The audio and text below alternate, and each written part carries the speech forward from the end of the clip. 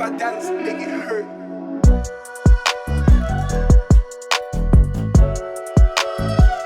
So good evening everyone, कैसे हैं सभी लोग।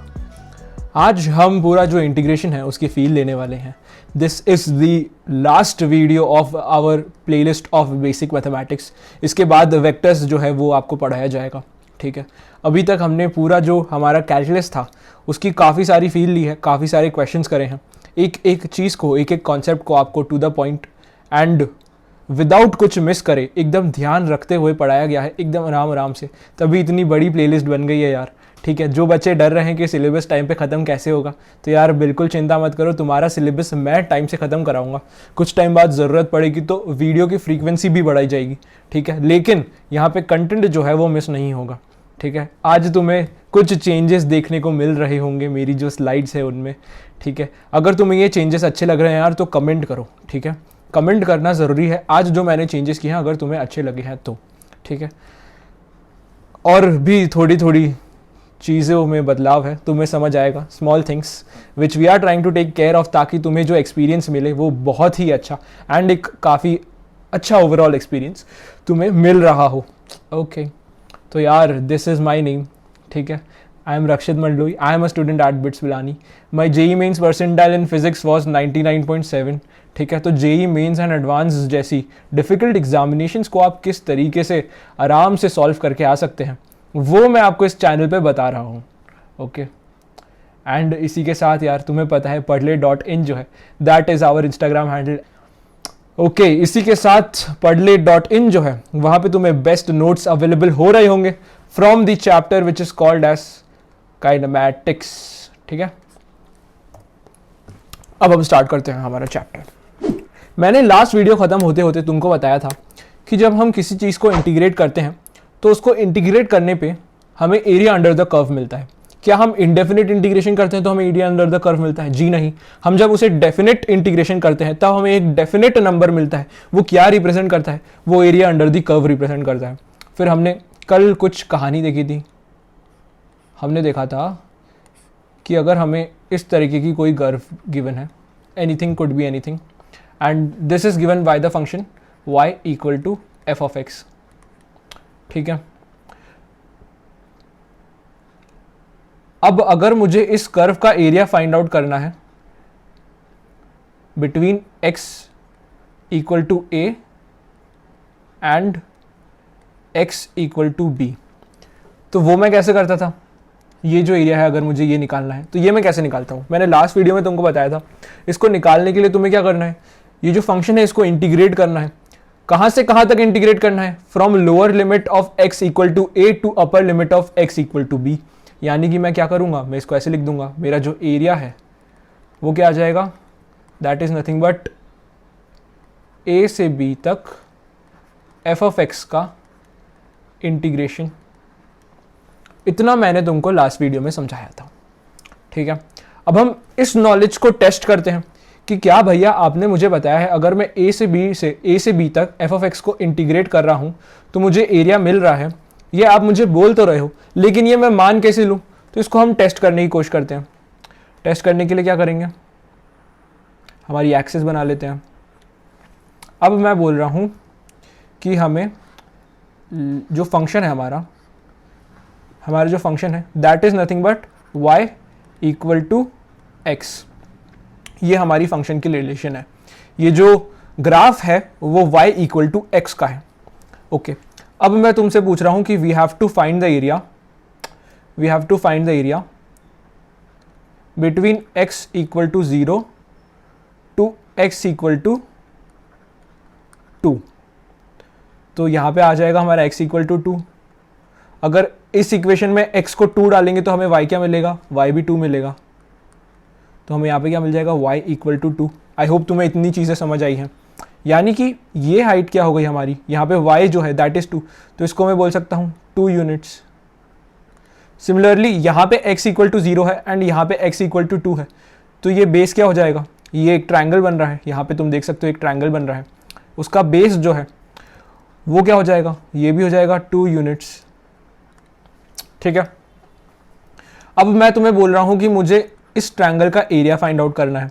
यानी कि मुझे ये जो फंक्शन गिवन है y equal to f of x, मुझे क्या करना होगा इंटीग्रेशन से? मुझे इंटीग्रेशन से करना होगा ये जो फंक्शन है, फिर से हमारा जो फॉर्मूला है वो लिख देते हैं।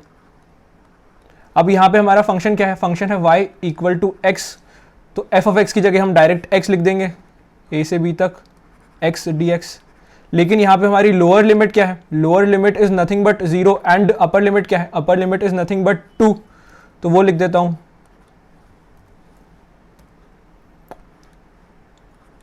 ओके, मुझे इसकी वैल्यू फाइंड करनी है तो मुझे एरिया मिल जाएगा। अब मैं इसको फाइंड आउट करने की कोशिश करता हूँ। मैं इसको फाइंड आउट करूंगा तो मुझे क्या मिलेगा? ये किस में कन्वर्ट हो जाएगा? एक्स स्क्वायर बाई 2 में, एंड मुझे इसको फाइंड आउट करना है 0 से लेके 2 तक, तो मुझे क्या मिलेगा? ये हो जाएगा 4/2। इसको कैसे लिखते हैं? इसमें सबसे पहले अपर लिमिट डालेंगे माइनस उसमें फिर लोअर लिमिट डालेंगे, दैट इज नथिंग बट 0/2, जो कि क्या हो जाएगा? 0। ठीक है, तो हमें आंसर क्या मिल रहा है? हमें आंसर मिल रहा है 2। ये हमारा क्या हुआ? ये हमारा ये एरिया हो गया। इसको हमने कैसे निकाला? इस फंक्शन को हमने इंटीग्रेट कर दिया between x equal to 0 to x equal to 2, तो x equal to 0 x equal to 2 के बीच में जो एरिया सबटेंड हो रहा है वो हमें मिल गया, विच वॉज नथिंग बट ये एरिया। अब हम क्रॉस चेक करते हैं, हमें तो पता है ना ट्रायंगल का एरिया कैसे लिखते हैं, तो हम हमारा पुराना नॉलेज लगा के यहाँ पे ट्रायंगल का जो एरिया का फॉर्मूला होता है वो अप्लाई करके देखते हैं कि हमें सेम आंसर मिल रहा है कि नहीं। ठीक है, तो मैं तुम्हें क्या बोल रहा हूँ, ट्रायंगल का एरिया क्या होता है? Half base into height. ठीक है, बेस कितना है? 2, हाइट कितनी है? 2, तो हमें यहां से भी एरिया क्या मिल गया? एरिया मिल गया हमें 2। ठीक है, तो हमने क्रॉस चेक कर लिया कि हमें इंटीग्रेट करके जो एरिया मिल रहा है वो सही एरिया है, ये वही एरिया है जिसको हम आज तक पढ़ते आ रहे थे। ठीक है, हमने हमारी पुरानी नॉलेज को यूज करके एक जो लाइन गिवन थी हमें y इक्वल टू एक्स, उसका एरिया निकालने की कोशिश करी between point x equal to 0 and x equal to 2। ठीक है भैया, तो अगर मैं इंटीग्रेट जो है, अगर मुझे एरिया ही निकालना है, ठीक है, अगर मुझे एरिया ही निकालना है तो मैं इंटीग्रेट क्यों करूं? अभी तो मैंने ट्रायंगल का एरिया का फॉर्मूला लगा दिया। इस तरीके से मैं दूसरे जो मेरे एरिया के फॉर्मूले मैंने बचपन से पढ़े हैं उनको लगा के इंटीग्रेशन जो है वो फटाफट कर दूंगा। ठीक है, तो अगर मैं आपको एक ऐसा क्वेश्चन दे दूं, अगर मैं आपको ये क्वेश्चन दे दूं, अगर f ऑफ x को मैं, ये हमारा फंक्शन है, अब यहां पे इसकी रिलेशन क्या है? y equal to x square. ठीक है, अब अगर मैं आपको बोलूं कि you have to find the area, you have to find the area between x equal to 0 and x equal to 2, तो तुम कैसे करोगे? ये हो गया x इक्वल टू 0, ये हो जाएगा x इक्वल टू 2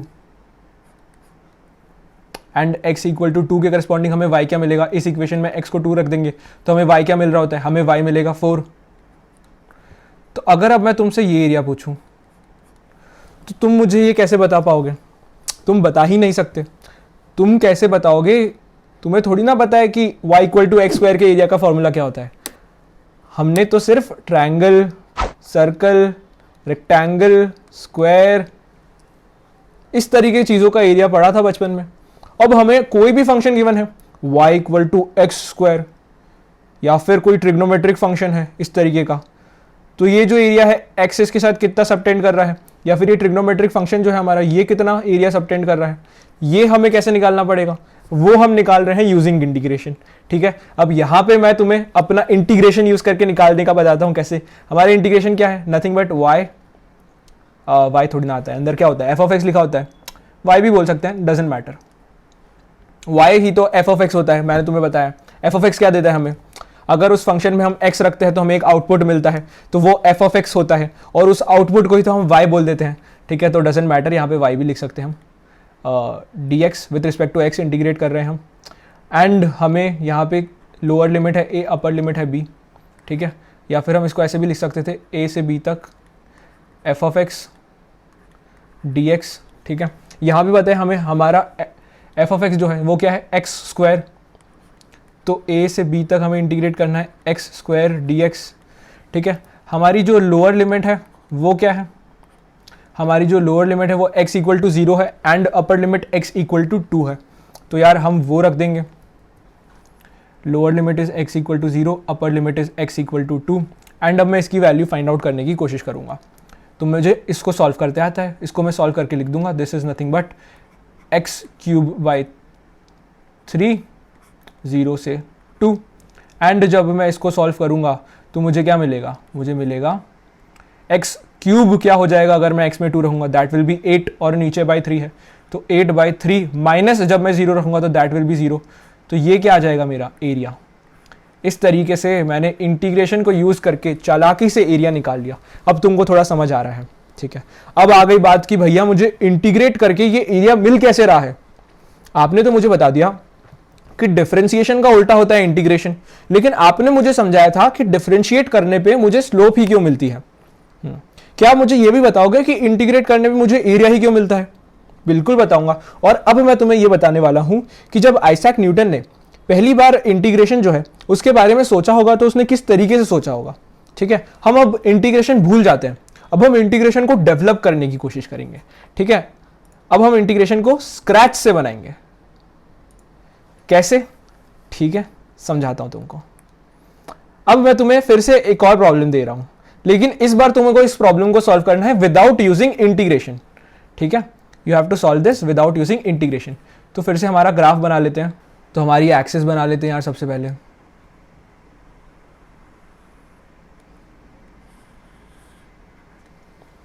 फिर अब मैं तुम्हें बोल रहा हूं तुम्हें ग्राफ बनाना है y equal to x square का, ओके।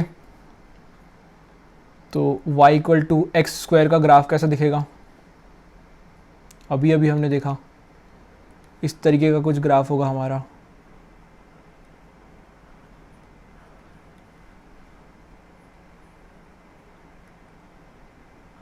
ठीक है, अब मैं तुमको क्या बोलूँगा, मैं तुमसे पूछ रहा हूँ कि अगर x इक्वल टू 1 है तो उसके करस्पॉन्डिंग मुझे y क्या मिलेगा? मुझे मिलेगा y इक्वल टू 1, ये हमारा ओरिजिन है 0,0। अब मैं तुम्हें बोलूँगा अगर x इक्वल टू 2 है तो मुझे उसके करस्पॉन्डिंग y क्या मिलेगा?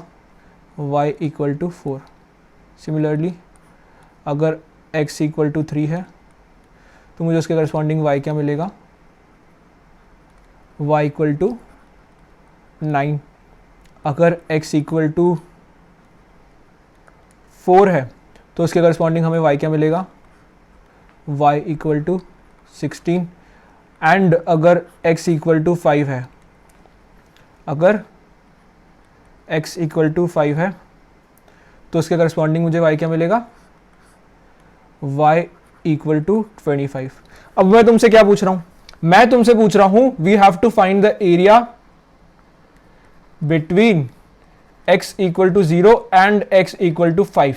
अब हमें इंटीग्रेशन आता ही नहीं है और ये ना तो कुछ ट्रायंगल बन रहा है, ना तो कुछ स्क्वायर बन रहा है, ना तो कुछ सर्कल बन रहा है। मुझे जो एरिया निकालना है वो मैं तुम्हारे लिए शेड कर देता हूं। मुझे कौन सा एरिया निकालना है? मुझे ये एरिया निकालना है, ये एरिया मुझे निकालना है, ठीक है। इतना पूरा तुम्हें समझ आ रहा होगा कौन सा रीजन मैंने शेड करा है, ठीक है। अब ये एरिया मैं कैसे निकाल लूं? तो मैं सोचूंगा क्या मैं इस एरिया को स्क्वायर्स में डिवाइड करके फिर उन स्क्वायर्स को ऐड कर सकता हूं क्या? ठीक है, अब मैं थोड़ा इसको एस्टिमेट करने की कोशिश करता हूं। मैं इसको एस्टिमेट कैसे कर रहा हूं? मैं सोच रहा हूं कि मैं यहां पे क्या एक स्क्वायर बना दूं ऐसा, फिर यहां पे क्या एक स्क्वायर बना दूं कुछ ऐसा, फिर यहां पे क्या कुछ एक स्क्वायर बना देता हूं मैं ऐसा। ऐसे में स्क्वायर्स बना के इसका एरिया एस्टिमेट करने की कोशिश कर रहा हूं, क्योंकि मुझे स्क्वायर्स का एरिया तो लिखते आता है लेकिन मुझे ये जो फंक्शन है इसका एरिया लिखते ही नहीं आता। तो अब मैं यूज कर रहा हूं कि क्या मैं इस फंक्शन को छोटे छोटे स्क्वायर्स नहीं rectangles is the correct word, ये क्या है? रेक्टेंगल्स है ऑब्वियसली। क्या मैं इस जो हमारा जो एरिया निकालना है मुझे इस पोर्शन का, इसको मैं छोटे छोटे रेक्टेंगल्स में ब्रेक करके उस एक रेक्टेंगल का एरिया लिख के ऐसे बाद के बाकी सारे रेक्टेंगल्स का एरिया लिख के उनको ऐड कर लूं तो क्या मुझे फंक्शन मिल जाएगा? तो मुझे थोड़ा अप्रोक्सीमेट आंसर मिलेगा, तो मैं वो निकालने की कोशिश कर रहा हूं, ठीक है। मैं क्या निकालने की कोशिश कर रहा हूं? मैं एरिया अप्रोक्सीमेट करने की कोशिश कर रहा हूं। मैं एरिया अप्रोक्सीमेट कैसे कर रहा हूं? जो मेरा फंक्शन है उसको मैं रेक्टेंगल्स में डिवाइड कर रहा हूं और फिर उन रेक्टेंगल्स का मैं एरिया निकालूंगा, ठीक है। अब मैं तुमसे क्वेश्चन पूछूंगा और तुम मुझे आंसर दोगे, ठीक है। अब मैं तुमसे क्या क्वेश्चन पूछ रहा हूं? मैं तुमसे पूछ रहा हूं इस रेक्टेंगल का एरिया क्या है? तो तुम बोलोगे इसका जो बेस है वो तो है ये x इक्वल टू 1 है हमारा, this is nothing but 1 units. Similarly ये y इक्वल टू 1 है, तो दिस इज ऑल्सो कितना 1 यूनिट। तो इसका एरिया क्या हो जाएगा, इसका एरिया हो जाएगा हमारे कितने स्क्वायर ही है, इसको बोल देता हूं मैं फर्स्ट स्क्वायर, इसको बोल देता हूं सेकंड रेक्टेंगल। स्क्वायर्स जब तक जहां भी मैंने स्क्वायर बोला है मैं रेक्टेंगल बोल रहा हूं, ठीक है। 1 2 3 4 5 हमारे 5 रेक्टेंगल्स हैं। तो एरिया लिखते जाता हूं अब मैं। फर्स्ट रेक्टेंगल का एरिया क्या आया मेरा, फर्स्ट रेक्टेंगल का एरिया आया है 1। अब सेकंड रेक्टेंगल का एरिया क्या है, सेकंड रेक्टेंगल का एरिया आएगा ये कितना है, ये 1 यूनिट है, ये x इक्वल टू 2 है और ये x इक्वल टू 1 है, तो ये कितना हो जाएगा, ये 1 यूनिट हो जाएगा। सिमिलरली यहाँ पे मैं देखूंगा हाइट क्या है, तो यहाँ पे y इक्वल टू 4 है, यानी कि इसकी जो हाइट है वो 4 यूनिट्स की है। तो बेस इंटू हाइट लगाऊंगा तो मैं इस रेक्टेंगल का एरिया लिख पाऊंगा, ठीक है। तो वो क्या हो जाएगा 4 जो कि उसकी हाइट है मल्टीप्लाइड बाय 1 जो कि उसका बेस है, तो मुझे क्या मिलेगा, मुझे मिलेगा 4। ये एरिया लिख रहा हूं फर्स्ट रेक्टेंगल का, ये सेकंड रेक्टेंगल का एरिया है। सिमिलरली थर्ड रेक्टेंगल का एरिया क्या हो जाएगा, अब तुम समझदार हो फटाफट करते जाओ। इसी तरीके से फोर्थ रेक्टेंगल का एरिया क्या हो जाएगा, एंड इसी तरीके से फिफ्थ रेक्टेंगल का एरिया क्या हो जाएगा 25। फिर से बता देता हूँ, फिफ्थ रेक्टेंगल का एरिया 25 ही क्यों हुआ, क्योंकि ये कितना है, दिस इज 25, वाई यहाँ पे क्या आ रहा है 25, एंड ये जो है ये कितना है, ये 1 यूनिट्स है। तो 1 इंटू 25 हमें एरिया मिल गया, दैट इज 25। अब मैं बोल रहा हूँ तुम्हें अगर मुझे इसका एरिया फाइंड आउट करना है तो मैं इसका सम निकाल दूंगा, मैं इसका सम निकाल दूंगा, तो मुझे एरिया अंडर द कर्व कुछ कुछ मिल रहा होगा, एग्जैक्टली नहीं मिल रहा होगा, उससे थोड़ा ज्यादा मिल रहा होगा, क्योंकि एक्चुअली में तो ये वाला जो पार्ट है, ये वाला जो पार्ट है, ये वाला जो पार्ट है, ये इतना जो एरिया है, ये इतना जो एरिया है, ये तो एक्स्ट्रा एरिया है, ये तो कर्व के अंदर है ही नहीं।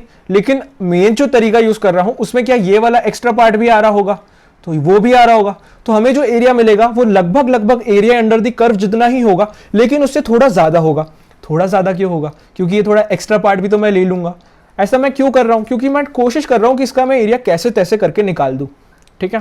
तो अब मैं क्या बोल रहा हूं, इसको मुझे ऐड करना है। अगर मैं इनको ऐड करूंगा तो ये कितने हो जाएंगे, 1 4 ये हो जाता है 20, ये हो जाता है 10, दिस इज 55, ओके। तो मुझे मेरा एरिया कितना मिला 55। अब मैं सेम एरिया इंटीग्रेशन यूज करके देखता हूं कि मेरा जो एरिया है वो कितना ज्यादा आया है, ठीक है। मैं क्या बोल रहा हूं, अब मुझे इंटीग्रेट करना है x square D x between 0 से लेके 5 तक, तो ये कितना हो जाएगा एक्स क्यूब बाय 3, 5 क्यूब क्या होता है, 5 क्यूब इज 125 डिवाइडेड बाय 3, तो हमें हमारा आंसर क्या मिल रहा है, 125 डिवाइडेड बाय 3 क्या आ जाएगा 441.6 बार। ये हमारा एक्चुअल एरिया है। तो क्या हमने जो एरिया निकाला वो हमारे एक्चुअल एरिया से थोड़ा सा ज़्यादा है, हाँ थोड़ा सा ज़्यादा है। अब मैं क्या करूँगा, अब मैं तुम्हें बोलूँगा कि जिस तरीके से मैंने यहाँ पे क्या करा, मैंने लिया था y equal to x square, उसको मैंने कुछ ट्रायंगल्स में ब्रेक करा और फिर उन ट्रायंगल्स का एरिया लिखा। इस तरीके से मैंने कुछ उनको ट्रायंगल्स में ब्रेक करा और फिर उसका एरिया लिखा। लेकिन दिक्कत क्या हुई ऐसा करने पे, ये वाला जो पार्ट था ये एक्स्ट्रा आ गया। अब अगर मैं ये जो रेक्टेंगल्स है इनका जो बेस है उसको बहुत छोटा कर दूंगा। अगर मैं बोल रहा हूं तुमको, अगर मैं इसको बहुत छोटे रेक्टेंगल्स में डिवाइड करता हूं, एकदम छोटे छोटे, ठीक है, तो देखो मुझे कितना छोटा छोटा एक्स्ट्रा एरिया मिल रहा है। मेरा एक्स्ट्रा एरिया बहुत कम हो गया ना, देखो एक्स्ट्रा एरिया कितना कम होते जा रहा है। यहां पे देखो कितना सारा एक्स्ट्रा एरिया आ रहा था, यहां पे देखो कितना कम एक्स्ट्रा एरिया आ रहा है। तो अब मैंने समझ लिया, अगर मेरे को एक फंक्शन गिवन है और उसके अंदर का मुझे एरिया निकालना है, अब उसके अंदर का एरिया मैं उसको रेक्टेंगल्स में ब्रेक करके निकाल सकता हूं, लेकिन अगर मैं उसको बड़े बड़े रेक्टेंगल्स में ब्रेक करूंगा तो कुछ एक्स्ट्रा एरिया मिल रहा होगा मुझे। अगर मुझे एग्जैक्ट आंसर निकालना है, तो मुझे बहुत छोटे रेक्टेंगल्स लेने होंगे और फिर उन सबको ऐड करना होगा। मैं बहुत छोटे रेक्टेंगल्स कैसे लूंगा और फिर उसके आगे उनको ऐड कैसे करूंगा, तो वो हम करते हैं यूजिंग इंटीग्रेशन, ठीक है। अब तुमको थोड़ा फील आ रहा है, अब तुमको थोड़ा समझ आ रहा है। अब और मैं तुमको समझाऊंगा इसको, ठीक है, अब और मैं तुमको समझाऊंगा। अब अभी हमें क्या समझ लिया, हमने समझ लिया कि अगर एक फंक्शन को हम एक बहुत छोटे छोटे रेक्टेंगल्स में ब्रेक कर देंगे और फिर उनको ऐड कर देंगे तो हमें एरिया मिल जाएगा, ठीक है। तो हमने अभी एक जो चीज़ है जो बहुत छोटी होती है, अगर ये x एक्सिस है एंड ये y एक्सिस है, ठीक है, तो मुझे अगर x एक्सिस के अलॉन्ग एक बहुत छोटा सा डिस्टेंस लेना होता है, तो डिफरेंशिएशन में हमने क्या देखा था, हम उस डिस्टेंस को क्या बोल देते हैं, हम बोल देते हैं that is nothing but dx, यानी कि हमारा जो बेस है हम उसको dx लेंथ का ले लेंगे। और समझाता हूं, ठीक है, हमारा ग्राफ क्या है, this is our graph, okay. अब मैं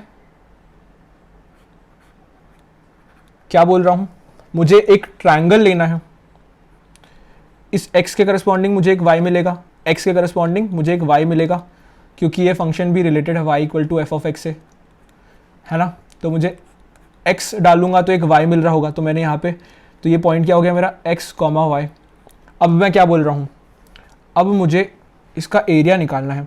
इसका एरिया निकालने के लिए मुझे बहुत छोटे रेक्टेंगल का एरिया निकालना है और फिर उनको मैं ऐड कर दूंगा। तो मैं बोल देता हूँ, मैंने जो छोटा रेक्टेंगल सोचा है, क्या उसका जो बेस है वो मैं dx बोल सकता हूँ। dx से छोटी चीज़ तो हमने आज तक पढ़ी नहीं है ना, जितना छोटा नंबर पॉसिबल हो सकता है उतना छोटा नंबर है ये dx, ठीक है। दिस इज, तो यहाँ पे मुझे ये जो ट्रायंगल मिलेगा, एक कुछ पतला सा ट्रायंगल मिल जाएगा जिसकी जो बेस है ये क्या है dx, और इसकी जो हाइट है वो क्या है y, ठीक है। तो ये एक बहुत छोटा सा जो ट्रायंगल है, इसका एक बहुत छोटा सा एरिया आएगा, तो मैं बोल देता हूं वो जो छोटा सा एरिया है that is nothing but a क्या है हमारा टोटल एरिया, dA क्या है, dA is nothing but area of our small rectangle, ठीक है। तो dA क्या हो गया, ये जो हमारे छोटे से रेक्टेंगल हमने लिया dx विड्थ का या फिर dx बेस का, तो ये जो छोटा सा रेक्टेंगल है उसका एरिया क्या हो जाएगा, बेस इनटू हाइट, हाइट क्या है y, और हमारा बेस क्या है that is nothing but dx, base कह लो या विड्थ कह लो, ओके। तो मुझे एक छोटे से जो रेक्टेंगल है उसका एरिया मिल गया। सिमिलरली मैं जो ये x है वो यहां पे ले सकता था, यहां पे मुझे उसके करस्पॉन्डिंग एक dx में ले लेता एक छोटा सा, और यहां पे एक रेक्टेंगल बना लेता, यहां पे मुझे जो y मिलता वो इस x के करस्पॉन्डिंग होता। ये जो रेक्टेंगल है उसका एरिया भी मैं इसी तरीके से लिख सकता हूं, इसकी हाइट भी क्या हो जाएगी y, तो y dx इसका भी एरिया हो जाएगा। तो इस तरीके से जितने भी रेक्टेंगल्स पॉसिबल हैं, इस तरीके से जो भी छोटे छोटे छोटे छोटे रेक्टेंगल्स पॉसिबल है, यहां पे एक आएगा, उसके बाद यहां पे एक और आ जाएगा, उसके बाद यहां पे एक और आ जाएगा, उसके बाद यहां पे एक और आ जाएगा, ऐसे इन्फिनिटिसिमली विड्थ वाले, इन्फिनिटिसिमली स्मॉल विड्थ वाले जितने भी रेक्टेंगल पॉसिबल्स हैं, उन सारे रेक्टेंगल्स का अगर मैं सम कर दूं तो मुझे एरिया मिल जाएगा, ठीक है। हमने पहले 5 पार्ट्स में ब्रेक करा था, 5 रेक्टेंगल्स में ब्रेक करा था, फिर हमने सोचा कि अगर मैं इसको और ज्यादा रेक्टेंगल्स में ब्रेक कर दूं तो क्या मेरा जो एरिया है वो और एक्यूरेट आ रहा होगा। फिर मैंने उसको इनफाइनाइटली स्मॉल विड्थ वाले रेक्टेंगल्स में ब्रेक कर दिया। अब मैं बोल रहा हूं कि मुझे इन सारे छोटे छोटे रेक्टेंगल्स को ऐड करना है, तो मैं इन सारे छोटे छोटे रेक्टेंगल्स को ऐड कैसे करूंगा, दैट इज इंटीग्रेशन। मैंने इन सारे छोटे छोटे रेक्टेंगल्स को ऐड कर दिया, यानी कि मैंने क्या कर दिया, इंटीग्रेट कर दिया। मैंने दोनों साइन इंटीग्रेशन का साइन लगा दिया, तो ये जो dA है which is nothing but our छोटा सा रेक्टेंगल, उसको मैं इंटीग्रेट कर दूंगा, तो मुझे ये जो कर्व के नीचे का पूरा एरिया है वो मिल जाएगा। तो मुझे क्या मिलेगा, area is equals to nothing but y dx, and यहां पे हम लिमिट लगा सकते हैं 0 से लेके 2 तक या कुछ भी, तो इसको मैं बोल देता हूं a एंड b, तो मुझे x equal to a and x equal to b के बीच में एरिया मिल जाएगा यूजिंग इंटीग्रेशन। आई होप मैं आपको थोड़ी फील दे पाया हूं कि इंटीग्रेशन से हमें एरिया क्यों मिल रहा है। इंटीग्रेशन जो है वो हमें सम देता है, सम किस क्वांटिटी का देता है, छोटे छोटे छोटे रेक्टेंगल्स का, ठीक है। और वो जो रेक्टेंगल है उसका एरिया हम कैसे लिखते हैं, उसका एरिया होता है is nothing but y dx, y की जगह हम लिख सकते हैं f of x dx। ये एक छोटे रेक्टेंगल का क्या है, ये छोटे रेक्टेंगल का एरिया है विच इज, जिसको हम क्या बोल देते हैं dA, क्योंकि एरिया भी बहुत छोटा होगा। फिर मुझे पूरा एरिया निकालना होता है, तो मैं क्या करता हूँ, ऐसे छोटे छोटे रेक्टेंगल्स का क्या कर देता हूँ, इंटीग्रेशन कर देता हूँ, तो मुझे क्या मिल जाता है, पूरा एरिया मिल जाता है। आई होप आपको इतना पूरी कहानी समझ आई है, ठीक है। मैंने जितना पॉसिबल था, जितने तरीके पॉसिबल थे इंटीग्रेशन को समझाने के लिए मैथमेटिकली सारे यूज कर लिए हम, ठीक है। अब आपको ये जो है इंटीग्रेशन का फिजिकल मीनिंग समझ आया होगा, ठीक है। अब हमने इंटीग्रेशन का फिजिकल मीनिंग तो समझ लिया, अब हम इंटीग्रेशन की थोड़ी प्रैक्टिस भी कर लेते हैं। तो अब मैं आपको थोड़े क्वेश्चंस दे रहा हूँ, इसको आपको फटाफट करना है। Okay, first question is y equal to x cube है, ये हमारा फंक्शन है, and you have to find area between, लिखते जाओ, फर्स्ट x इक्वल टू 0 से x equal to 1, second x equal to 1 से x equal to 2, and third x equal to 0 से x equal to 2। ठीक है, तो मैं ये कैसे करूँगा, मेरे को पता है एरिया में कैसे लिख सकता हूँ इसका, that is nothing but F of X D X A से बी तक। यहाँ पे एफ ऑफ एक्स की जगह मुझे क्या लिखना है, एक्स क्यूब। तो फर्स्ट फाइंड आउट करने की कोशिश करता हूँ, सबसे पहले ग्राफिकली देख लेते हैं क्या हो रहा है। ग्राफिकली ये हमारा ग्राफ है एक्स क्यूब का, ओहो कैसा ग्राफ बना है, मिटा रहा हूँ इसको। ये हमारा ग्राफ है एक्स क्यूब का कुछ, ठीक है। तो हमें क्या फाइंड आउट करना है, area between x equal to 0 to x equal to 1। तो ये एरिया क्या हो जाएगा, this will be nothing but x cube का इंटीग्रेशन, एंड में लिमिट्स क्या लगा दूंगा 0 से लेके 1 dx। तो मुझे मेरा आंसर मिलेगा x की पावर 4/4, और यहाँ पे मुझे लिमिट्स क्या लगा देनी है 0 से 1। तो मुझे यहाँ पे आंसर क्या है मिल रहा है मेरा, यहाँ पे मैं 1 पुट कर दूंगा तो मुझे मिलेगा 1/4, माइनस 0 पुट करूंगा तो 0, तो मेरा आंसर हो गया 1/4। तो ये एरिया कितना मिल गया मुझे 1/4। सिमिलरली 1 से लेके 2 तक लिमिट्स पुट करता हूँ, ये मेरा इंटीग्रेशन आया। अगर इसी में मैं लिमिट पुट कर दूंगा 1 से लेके 2 तक, तो मुझे x इक्वल टू 1 से लेके x इक्वल टू 2 में क्या एरिया है, यानी कि ये वाला ये मिल रहा होगा। ओके, तो मैं इसको निकाल लेता हूँ, ये क्या आएगा मेरा, अगर 2 पुट करूंगा तो x की पावर 4 यानी कि 2 की पावर 4 क्या होती है 16 अपॉन में 4 माइनस 1/4। तो मुझे एरिया कितना मिल गया 15/4। तो ये एरिया कितना आ गया 15/4। अब मैं फाइंड आउट करता हूँ area between x equal to 0 and x equal to 2।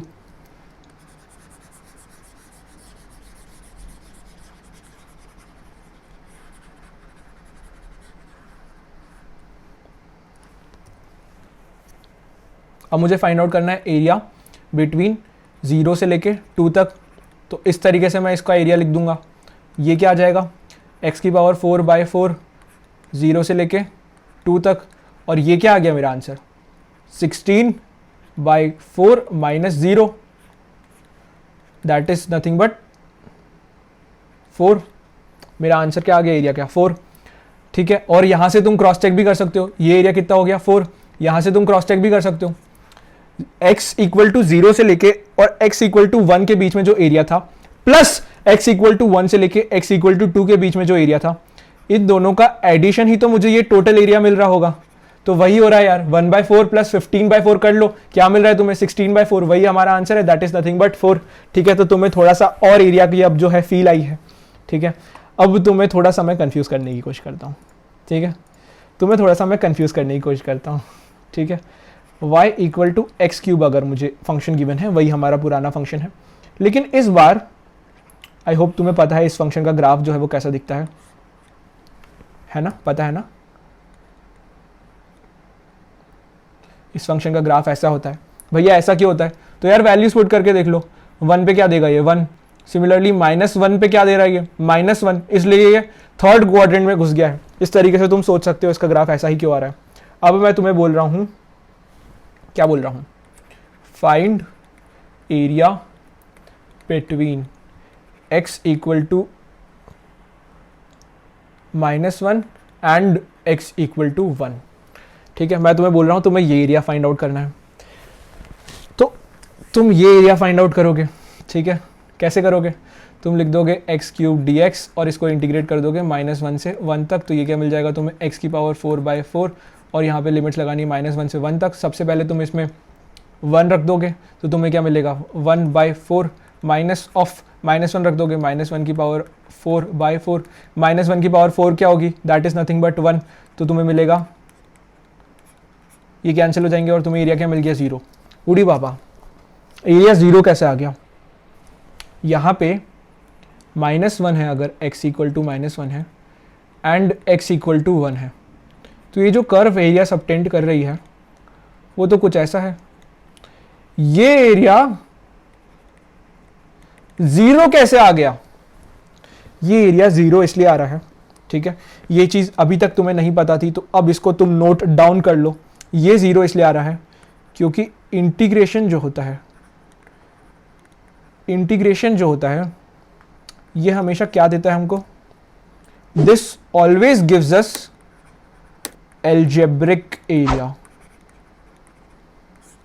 ये हमने आज तक जो एरिया पढ़ा है ये वो नहीं देता है, ये हमको एल्जेब्रिक एरिया देता है। इस एल्जेब्रिक एरिया की खास बात क्या होती है? इस एल्जेब्रिक एरिया की खास बात यह है कि अगर कोई एरिया एक्स एक्सिस के ऊपर है, ठीक है, अगर एरिया जो है वो एक्स एक्सिस के ऊपर है, ये क्या है? एक्स एक्सिस के ऊपर, तो ये क्या हो जाएगा? Positive area. सिमिलरली अगर कोई एरिया एक्स एक्सिस के नीचे की तरफ सबटेंड हो रहा है, एक्स एक्सिस के नीचे की तरफ बन रहा है, तो ये एरिया हमारे इंटीग्रेशन से हमें नेगेटिव मिल रहा होगा। और फिर इंटीग्रेशन तो क्या करता था? इंटीग्रेशन छोटे छोटे रेक्टेंगल्स लेता था और फिर उनको ऐड कर देता था। तो यहाँ पे इंटीग्रेशन क्या करेगा? इन दोनों एरिया को ऐड कर देगा। एक तरीके से तुम सोच सकते हो, अगर मुझे x इक्वल टू -1 है, x इक्वल टू -1 से लेकर x इक्वल टू 1 तक अगर मैं इंटीग्रेट करूंगा तो x इक्वल टू -1 से लेके x इक्वल टू 0 तक मुझे जो नेगेटिव एरिया मिल रहा था, ये जो नेगेटिव एरिया था मेरा, एंड मुझे x इक्वल टू 0 से लेके x इक्वल टू 1 तक जो ये पॉजिटिव एरिया मिल रहा था, इनको ये ऐड कर देता है और हमें फाइनली एरिया मिल जाता है दैट इज नथिंग बट 0। तो यहां पे तुम्हें अब समझ आ रहा है कि अगर हमें इंटीग्रेशन करते हैं हम between some finite range and हमें उसका जो आंसर है वो 0 मिलता है, तो क्या हो रहा होता है? कहीं ना कहीं हमारा कुछ एरिया का पार्ट पॉजिटिव मिल रहा होगा एंड कुछ एरिया का पार्ट नेगेटिव मिल रहा होगा, तभी हमें जो रिजल्टेंट एरिया मिल रहा है वो 0 हो रहा है, ठीक है। अगर तुम्हें समझ नहीं आ रहा है कि ये वाला जो पार्ट है एक्सिस एक्स एक्सिस के नीचे जब एरिया हो जाता है हमारा, तब वो नेगेटिव क्यों आता है? आपने तो हमें बता दिया कि एक्स एक्सिस के नीचे जब होता है तो वो नेगेटिव आता है। हम कैसे मान ले? तो यार वो भी तुम इंटीग्रेट करके देख लो, ठीक है, वो भी तुम क्या करो? इंटीग्रेट करके देख लो। y equal to x cube है, ये हमारा ग्राफ है, एंड तुम्हें बोल रहा हूं मैं इंटीग्रेट कर लो -1 x इक्वल टू -1 से लेके x इक्वल टू 0 तक। तो हम कर लेते हैं, हम इंटीग्रेट कर देते हैं एक्स क्यूब डी को बिटवीन x इक्वल टू -1 और 0 हमारी अपर लिमिट है, -1 हमारी लोअर लिमिट है, ठीक है। -1 से 0 तक हमने इसे इंटीग्रेट करा है, तो हमें ये एरिया मिल रहा होगा। हम इसके वैल्यू फाइंड आउट करते हैं। ये क्या हो रहा है? x की पावर 4/4, यहाँ पे क्या लिख देंगे? -1 एंड इसको हम -1 और यहाँ पे क्या लिखना है? 0। सबसे पहले हम 0 डालेंगे तो हमें क्या मिलेगा? 0 माइनस ऑफ -1 की पावर 4/4, तो हमें आंसर क्या मिल गया? -1/4। यानी कि हमारा x इक्वल टू -1 से लेके 0 तक हमें जो एरिया मिल रहा है वो -1/4 है। ये -1/4 क्या है? दिस इज एल्जेब्रिक एरिया,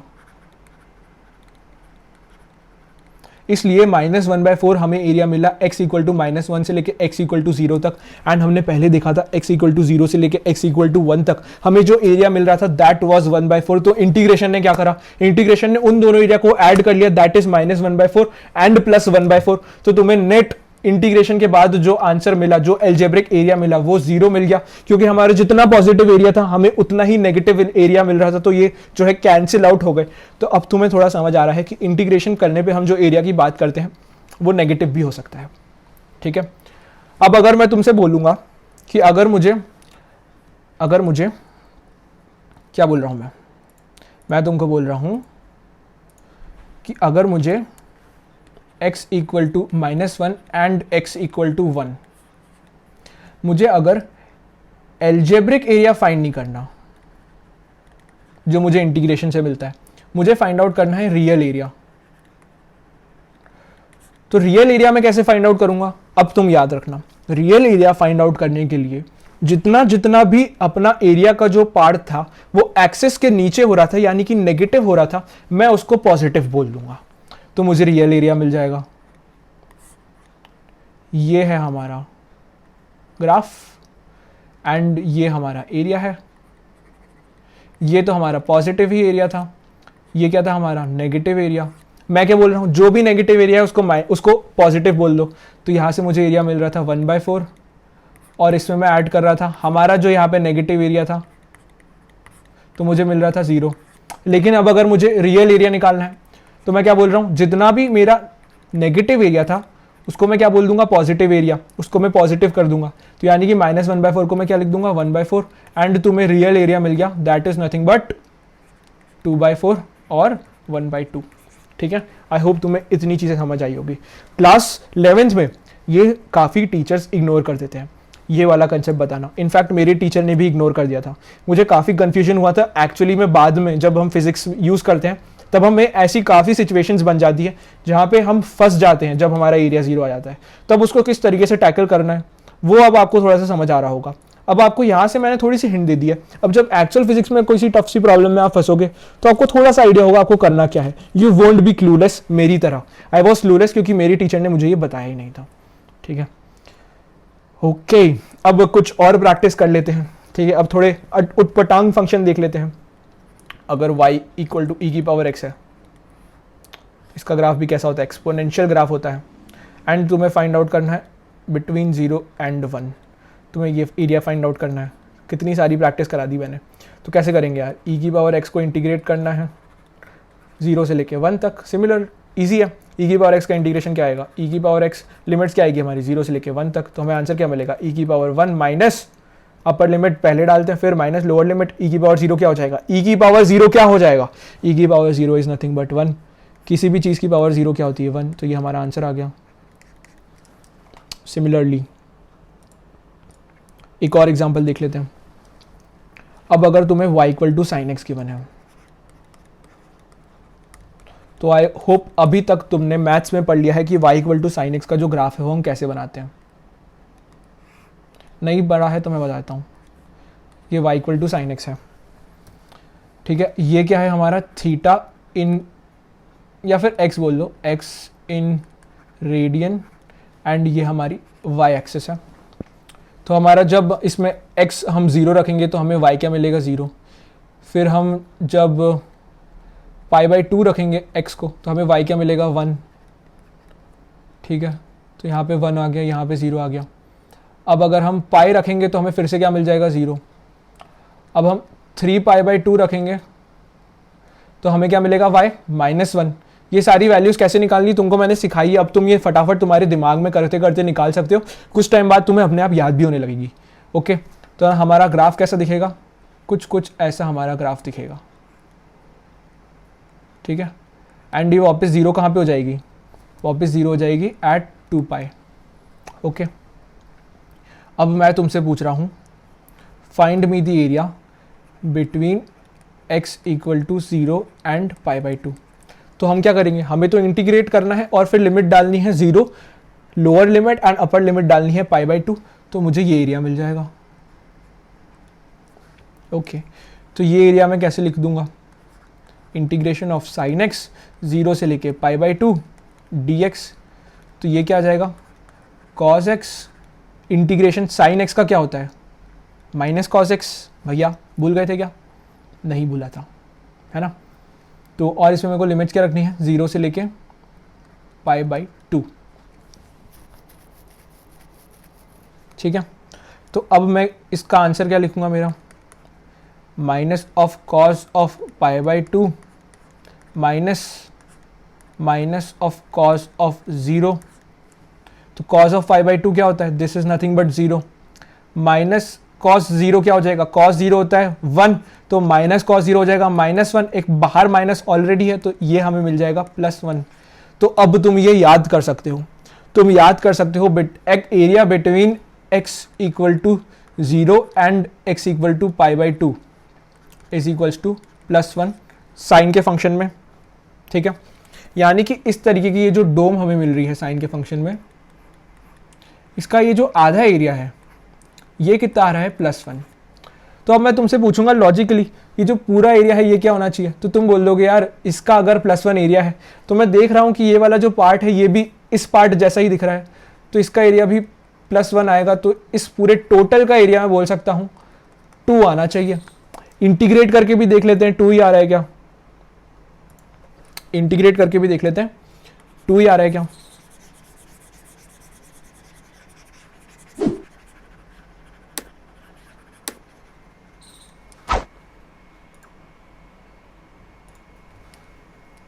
तो अब मुझे कहाँ तक इंटीग्रेट करना है, मुझे इंटीग्रेट करना है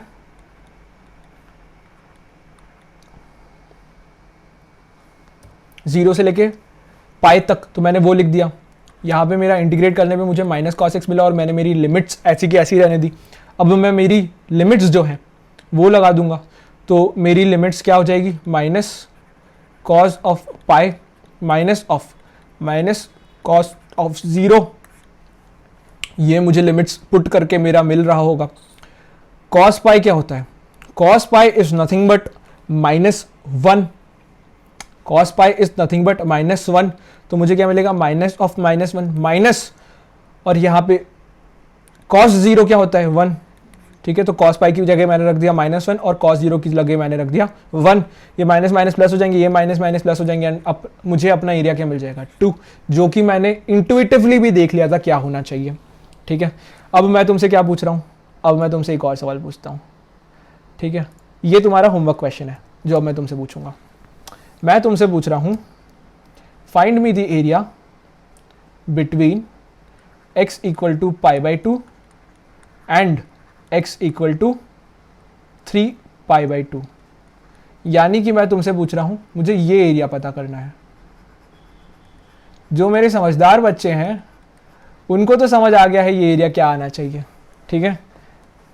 उनको तो समझ आ गया ये एरिया क्या आना चाहिए बिना एरिया निकाले ही, क्योंकि हमने ग्राफिकली सोचना सीख लिया, ठीक है। मैंने तुमको अभी से ग्राफिकली सोचना सिखा दिया।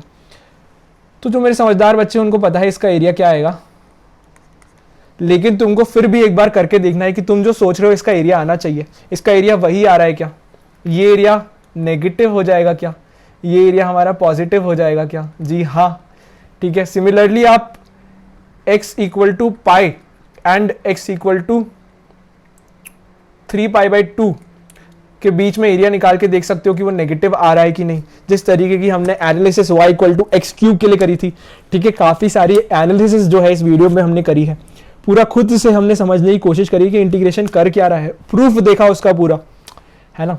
और ये आपके लिए थोड़ी सी आपकी होमवर्क एक्सरसाइज जो है आपको मिल गई है आज की, है ना। अब इसी तरीके से यार जस्ट तुम्हें थोड़ा फेमिलियर करने के लिए y equal to cos x का ग्राफ भी तुमने पढ़ा होगा, नहीं पढ़ा है तो मैं बता देता हूं। तो 0 डालेंगे हम इसमें तो हमें क्या मिलेगा, 1 मिल रहा होगा, एंड यहाँ पे अगर π/2 होगा तो ये क्या हो जाएगी 0।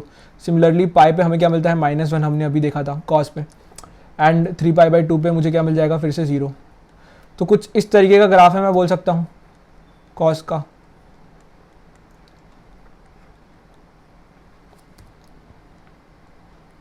कुछ इस तरीके का ग्राफ है। तो अब अगर मैं तुम्हें बोल रहा हूँ कि I have to find area between x equal to 0 and x equal to π/2, तो वो मैं कैसे करूँगा, फटाफट करता हूँ यार एकदम स्पीड से। मैं लिख दूंगा cos x, इसको मैं लिख दूंगा, लिमिट्स लगा दूंगा 0 से लेके π/2 तक। तो मुझे cos x का इंटीग्रेशन क्या मिलता है, sin x। इसको मुझे कहाँ से इंटीग्रेशन 0 से लेके π/2 तक करना है, ठीक है। तो मुझे पता है जब मैं साइन में π/2 रखूँगा तो मुझे क्या मिलेगा 1, माइनस जब मैं साइन में 0 रखूँगा तो दैट इज 0। तो मुझे एरिया क्या मिल गया 1। और हमने पढ़ा था कि ये जो डोम का जो आधा एरिया आ रहा होता है दैट इज नथिंग बट +1। अब तुम्हें समझ आ गया है, ठीक है। सिमिलरली सिमिलरली सिमिलरली सिमिलरली फटाफट तुम मुझे बता दो इस पोर्शन का एरिया क्या होगा, that is area between x equal to π/2 and pi. तुम्हें मुझे इसका एरिया निकालना है, इसका एरिया निकाल के बताना है। तो मेरे बच्चे तो इंट्यूटिवली बता देंगे ये उतना ही एरिया है जितना एरिया ये पॉजिटिव में था, लेकिन ये एल्जेब्रिक एरिया है तो ये एक्स एक्सिस के नीचे है तो नेगेटिव में होगा। तो मेरे बच्चे फटाफट बोल देंगे इसका एरिया हो जाएगा -1, लॉजिकली खटाखट। लेकिन अब हम देख लेते हैं कि इसका एरिया -1 आ भी रहा है कि नहीं, ठीक है। क्या करेंगे हम, हमारा इंटीग्रेट करने पे क्या मिलता है, हमें sin x मिलता है। उसमें हमें लिमिट्स क्या पुट करनी है इस बार, π/2 से लेके पाई तक। तो सबसे पहले हम साइन में पाई डालेंगे, माइनस साइन में π/2 लिखेंगे, एंड साइन पाई क्या हो जाएगा 0 -1। तो हमारा आंसर क्या हो गया, इज इक्वल्स टू -1। हमें एरिया मिल गया -1। तो अब मैं अगर तुमसे पूछूंगा area between x equal to 0 and x equal to pi, तो ये जो +1 एंड -1 ऐड हो जाएगा, एल्जेब्रिक एरिया अगर पूछूंगा तो मुझे क्या मिल जाएगा आंसर 0। अगर मैं तुमसे रियल एरिया पूछता तो रियल एरिया में क्या करते हैं, हमारा जो नेगेटिव वाला पार्ट है उसको मैं पॉजिटिव बोल देता हूं, तो रियल एरिया मुझे मिल जाता है इतना पार्ट प्लस इसका -1 का उल्टा यानी कि प्लस, तो मुझे मिल जाएगा +1। अब मुझे इसमें ऐड करता हूं, मैं यहाँ पे -1 ऐड करता था, लेकिन मैं क्या बोल रहा हूँ, नेगेटिव को हम पॉजिटिव कन्वर्ट कर देते हैं। जब हमें रियल एरिया लिखना होता है तो मैं यहाँ पे क्या लिख दूंगा, +1। तो मुझे रियल एरिया क्या मिल जाएगा, 2। इसका रियल एरिया क्या है, 2 यूनिट्स, लेकिन इसका अलजेब्रिक एरिया क्या है, यहां से लेके x = 0 से लेके x = π तक, that is nothing but 0 units. ठीक है, तो पूरी फील्ड दी है, पूरा खोल के रख दिया है हर चीज में। cos x में sin x में कहां से कहां तक इंटीग्रेट कर सकते हैं, तो क्या एरिया मिल रहा होगा। ठीक है, अब तुम cos x और sin x को जो देख के बता दोगे कि इसका तुम्हें क्या एरिया मिल रहा होगा। ठीक है, इतनी मैंने तुमको प्रैक्टिस करा दी है, तुम्हें अब इंटीग्रेट भी नहीं करना पड़ेगा। तुम दिमाग में फंक्शन बनाओगे, कहां से कहां तक एरिया निकालना है, उसका ग्राफ देखोगे और ऐसे डायरेक्टली लिख दोगे क्या एरिया आ रहा है। ठीक है, तो यार इतनी प्रैक्टिस तुम्हारी कर दी है। अगर तुम्हें अच्छा लग रहा है तो यार वीडियो को तुम्हें क्या करना है, लाइक करना है। आज की स्लाइड्स अगर तुम्हें पसंद आई है तो तुम्हें वीडियो को क्या करना है, लाइक करना है।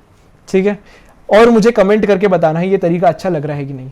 ठीक है, काफ़ी सारी चीज़ें करी गई यार। पहले वाली स्लाइड्स में कलर चेंज करने में दिक्कत आती थी, तो आज यार एक्चुअली में पावर पॉइंट्स में कलर चेंज करने की कोई शॉर्टकट्स नहीं होते। आपको कर्सर उठा के कॉर्नर तक लाना होता है, उसके बाद आपको कलर सिलेक्ट करना होता है। तो दिस इज़ वेरी टेडियस। लेकिन यार हम इंजीनियर हैं, तुम भी इंजीनियर बनने वाले हो, तो अभी से बोल देता हूँ यार, अगर डॉक्टर बन रहे हो तो भी कोई बात नहीं यार। मेरा पॉइंट वाज कि इंजीनियर्स जुगाड़ू होते हैं, तो कुछ तरीके उसके हमने निकाल लिए एंड कुछ ट्रिक्स से हमने उसको कर लिया सॉल्व। ओके, तो यार this was all about the video. अगर वीडियो पसंद आई है तो तुम्हें क्या करना है, कमेंट करना है। ओके जी, सो इसी के साथ bye bye, take care and